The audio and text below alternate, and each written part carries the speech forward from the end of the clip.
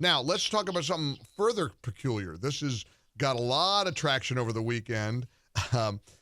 First of all, you saw Biden's speech at Howard University, right? Morehouse in Atlanta. I mean, Morehouse College. Excuse me. Have you ever heard a more dystopian, dark, awful, vicious, ugly description of the United States of America? This guy wants to be president? How do you want to be president when you hate America so much? I know. Did you hear it? I mean, Mark, I am literally blown away that the person speaking so hatefully of the United States of America is the 46th president of the United States who is seeking your vote. I'm going to play the heck out of this speech today on my show because I want people to hear what this guy says to. Now, let's be clear. All he's doing is pandering to a black audience.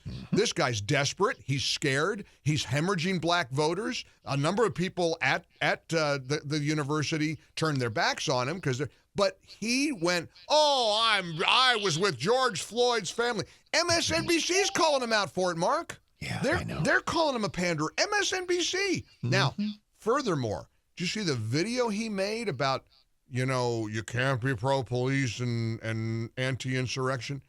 Mark, it's like AI or something. There is something about his eyes. He doesn't blink. I mean, and I kept thinking this is a doctored video, so I spent an hour over the weekend tracking it down to make sure somebody, because sometimes people on the internet, they make Mark, that's him. Yeah. Have you seen that clip? I have, and it makes me. And how does it make you feel about the debate? How does it make you feel about the weirdness of June 27th? It's here it comes. Drug testing. How's that? Okay, yes, you had a great tweet where you said it's not. Somebody had said Trump is demanding a drug test before the debate, which will never happen, but it's great optics for Trump to demand it, and you said not unreasonable. And it's not, because what did they shoot him full of to get him through the State of the Union? That's a great question. It's not a bad question. Exactly. I wish I knew. I wish I could understand it, but listen, and you know how Trump could play it perfectly? Mm-hmm. Over the weekend, Trump, as you know, was in Dallas. Mm-hmm. And he paused for a music bed, and they went nuts. They said, he blacked out. He had a stroke. He's not cognizant, blah, blah, blah. He was waiting for the music. If anybody knows, this guy hits the post better than Mark Davis. I mean, say he has the DJ skills. Trump knows how to hit the post, and he was waiting for the music, and so all right, so Trump could say, okay, you think I had a moment there at the NRA convention? Hey, let's both be drug tested. Let's do a drug test. Yeah, drug test me and drug test Joe so we can see what they're pushing him through. Now, how about this? Very rare interview. The Pope appears on 60 Minutes. Yep, saw it. Mark, come on, here we go.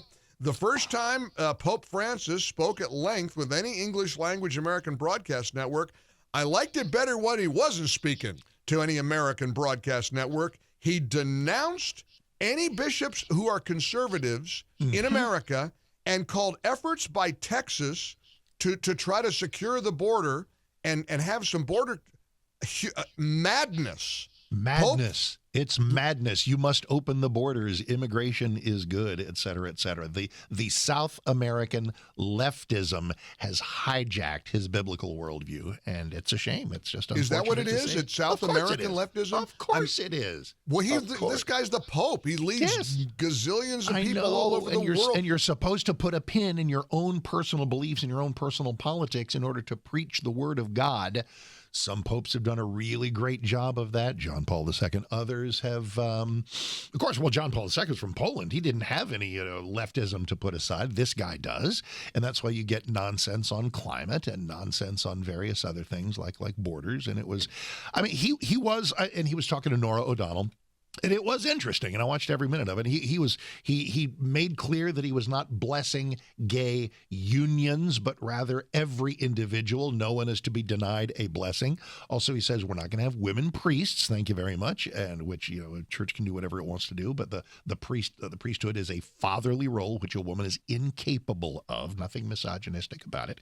But on a bunch of other things, even on Ukraine, he did say in Ukraine, negotiate for peace because negotiated peace is better than endless war. I thought, wow, hello, I could have said that. So, but I'm really intrigued when people of the cloth get into one of these big, huge issues, pressing issues that face the American people. And it's going to be, let's face it, immigration is going to be hugely contested on November the 5th. This is going to be a vote for whether you want border security or you don't. Biden and the Democrats don't want border security. They want more illegals here. They want what they think will be Democrat votes, and that's the whole game. We know that, but this is intriguing to me because I can appreciate a pope, a pastor, a rabbi. I can appreciate spiritual leaders saying, "Listen, we need to be compassionate. We don't want people harmed. And yet there's such a lack of compassion with an open border when you consider, as we know, the drug mules and the human coyotes and the children. You just solved it. You just solved it. It's not hard for someone from a position of biblical morality to say that kindness and stewardship is not defined by what government does. And it doesn't mean you open your borders and let every living soul into your country. It means you follow the law, and the people who obey the law are met with compassion and kindness by the receiving country. And for those who are not allowed in, we try to do things globally, charitably, like Food for the Poor, which you and I know a lot about, to help these people in their own countries. Ta-da! See, was that so hard? It's not hard because you just nailed it. When you have open borders, there is a cruelty to that. There is a destruction, and how Pope Francis doesn't get that. Every Catholic ought to be really, really alarmed, I think, by some of his comments on this issue of illegal immigration. With a couple of minutes, you got to give me the Alito upside down flag. I mentioned it briefly. It's so weird. Oh, my wife did that. Hey, have some control over your bride and what she puts out in front of your house, Justice Alito. And I love Justice Alito. I love him so very, very much. And your wife does get to have whatever views she wants. I don't care what Ginny Thomas believes. And it's all just an effort to get Samuel Alito to step out of rulings where his constitutionalism could be troublesome to the left. But that having been said, come on, man. Listen, it's no secret that I was married to a registered Democrat. She was the love of my life, and Denise and I had lots of arguments over the dinner table. But I'm just a big mouth on the radio. If I was a Supreme Court justice and my wife decided, you know what I'm going to do after January 6th? I'm going to hang the flag upside down. Or did it without telling you. I mean, it's just either way, it's not. Well, did he not know? I don't. How do you have you know your American flag is upside down outside your house? You go out and get the paper. You walk the dog. I mean, I understand these are Supreme Court justices. Hey, what's going on out there, honey? Well, I put the flag upside down. Well, take it down for crying. I'm a justice of the Supreme Court. This will work out well for me. Somebody's going to notice, honey. You think maybe they know Justice Alito lives here? How about we take the flag down? But here's what's weird. It's only May 20th, and we now know about it? I know. How did that work out? What is that about? A New York Times reporter named Jody Cantor did the deep dive on this bit of vital journalism, and so...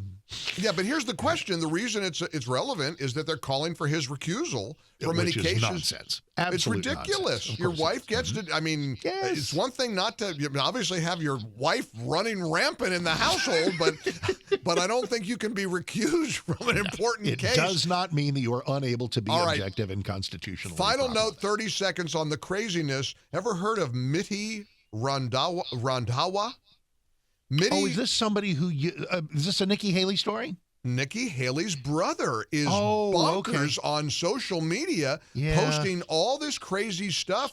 Here's a picture with Nikki and the brother in the airport, and he wrote, "The support is real. Nikki Haley for president. Milwaukee, here we come." He's just being nice to his sister, isn't he? No, have you seen his post? I did. Well, I just saw the one from you. Oh no, there ain't one. There ain't one. Oh, no. You got to go. You got to look at Miti Randhawa's, and he wrote me back. He because I said, "What's?"